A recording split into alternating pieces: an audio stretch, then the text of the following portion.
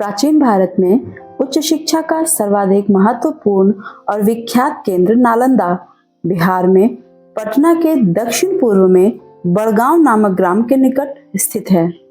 नालंदा में विश्व में शिक्षण के प्राचीनतम ज्ञात केंद्र प्राचीन नालंदा विश्वविद्यालय के अवशेष आज भी मौजूद हैं। आधुनिक नालंदा विश्वविद्यालय भारत सरकार और कुछ अन्य देशों के सहयोग से 25 नवंबर 2010 को अस्तित्व में आया है। नमस्कार, यदि आपको वीडियोस पसंद आ रहे हैं तो लाइक जरूर करें और इतिहास से जुड़ी ऐसी जानकारी के लिए चैनल को सब्सक्राइब करना न भूलें।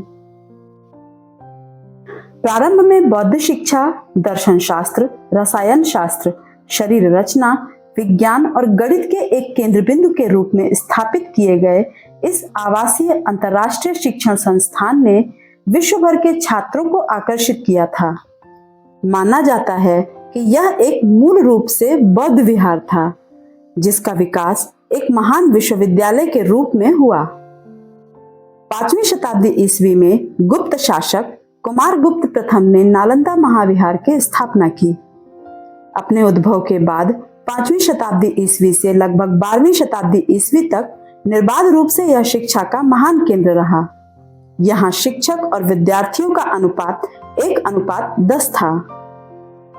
गुप्त शासकों के बाद कन्नौज के राजा हर्षवर्धन 7वीं शताब्दी तथा पाल शासकों 8वीं से 12वीं शताब्दी इत्यादि ने इसका संरक्षण किया।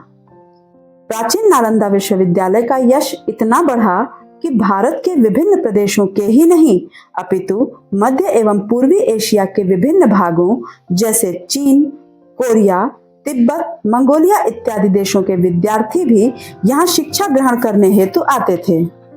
ह्वेनसांग और इत्सिंग भी प्राचीन नालंदा विश्वविद्यालय में विद्याध्ययन के लिए आने वाले प्रतिष्ठित विद्वानों में शामिल थे।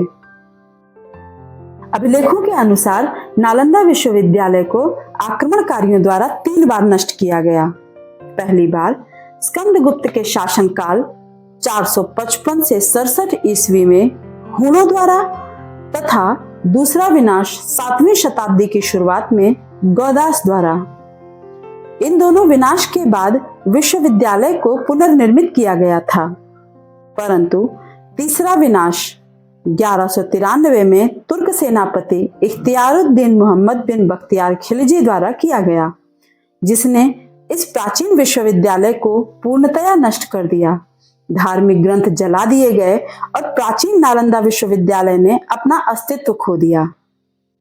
नालंदा विश्वविद्यालय के पतन के लगभग 6 शताब्दियों के पश्चात इस स्थल की खोज 1812 में स्कॉटिश सर्वेक्षणकर्ता फ्रांसिस बुकानन हैमिल्टन द्वारा की गई थी। हालांकि 1861-62 ईस्वी के दौरान अलेक्जेंडर कनिंघम ने आधिकारिक रूप में पहली बार एक प्राचीन विश्वविद्यालय के रूप में इसकी पहचान की थी। जुलाई 2016 में नालंदा महाविहार के पुरातात्विक स्थल को सांस्कृतिक स्थल के रूप में यूनेस्को द्वारा विश्व धरोहर सूची में शामिल किया गया। बात करें अगर वर्तमान स्थिति की, तो वर्ष 2006 में बिहार विधानमंडल के एक संयुक्त सत्र को संबोधित करते हुए भारत के तत्कालीन राष्ट्रपति डॉक्टर APJ अब्दुल कलाम ने नालंदा विश्वविद्यालय के पुनरुद्धार को प्रस्तावित किया था। नालंदा विश्वविद्यालय की पुनर्स्थापना की मांग के संबंध में वर्ष 2006 में सिंगापुर की सरकार से और 2007 में सेबू फिलीपींस में आयोजित द्वितीय पूर्वी एशिया शिखर सम्मेलन में सदस्य देशों के नेताओं से भी सुझाव प्राप्त हुए। अक्टूबर 2009 में थाईलैंड में आयोजित चौथे पूर्वी एशिया शिखर सम्मेलन में नालंदा विश्वविद्यालय की पुनर्स्थापना का समर्थन किया गया।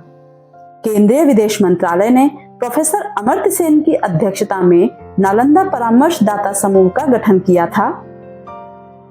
आधुनिक नालंदा विश्वविद्यालय 25 नवंबर 2010 को अस्तित्व में आ गया।